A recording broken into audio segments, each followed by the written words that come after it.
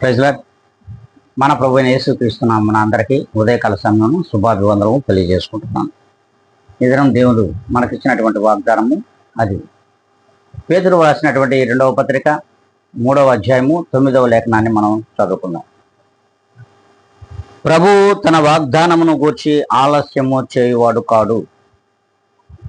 ప్రభువు వారు స్పష్టంగా వాగ్దానమును నెరవేర్చువాడు. అందుకే వాగ్దానము చేసిన వాడు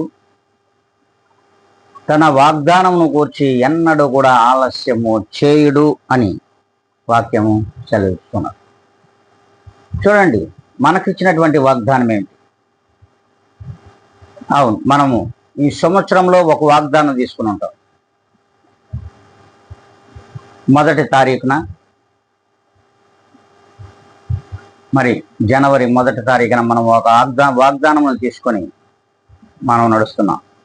అట్టి వాగ్దానమును పెట్టి ఏ దినమైనా సరే మనం ప్రార్థన చేస్తున్నామా? ప్రార్థన చేసినటువంటి ఆ యొక్క వాగ్దానమును పెట్టి ఏ దినమైనా సరే మనం శ్రమ పడుతున్నామా?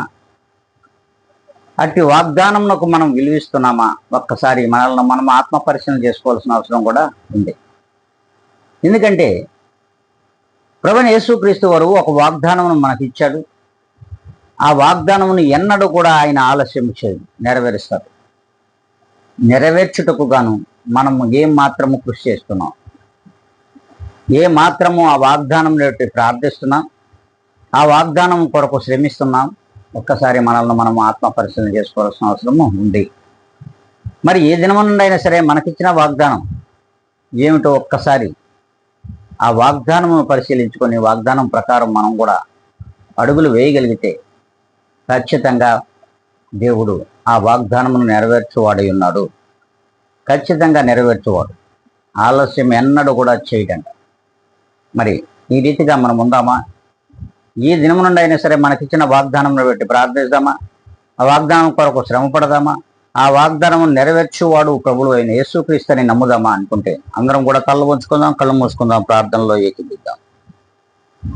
పరిశుద్ధుడా, ప్రేమ స్వరూపి, నీ ఘనమైన నామమునకు ఎనలేని కృతజ్ఞత స్తుతి స్తోత్రములు సమర్పించుకుంటున్నాం.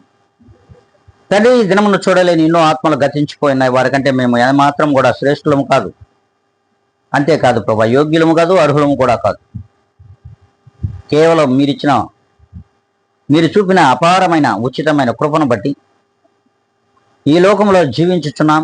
ఈ రీతిగా మీ వాగ్దానములను మేము వింటున్న వారు ప్రతి ఒక్కరూ కూడా ప్రభా గ్రహించగలిగినటువంటి హృదయాలను దయచేయమని, మీ చిత్తము సమస్తమైన జనుల పక్షముగా నీవు జరిగించి నీ నామమునకు మాత్రమే ఘనత మహిమ ప్రభావములు చెల్లించుకోమని బ్రతిములాడుకుంటూ, తండ్రి, ఇదిగోనైనా వీక్షించే వారిని మీ చేతులకు అప్పగిస్తూ మమ్మల్ని మేము మిక్కిలిగా తగ్గించుకొని, నన్ను నేను అతి మిక్కిలిగా తగ్గించుకుని యేసుక్రీస్తు యొక్క గొప్ప ఘనమైన నామమున అడిగి వేడుకొని ప్రార్థిస్తున్నాను మా తండ్రి.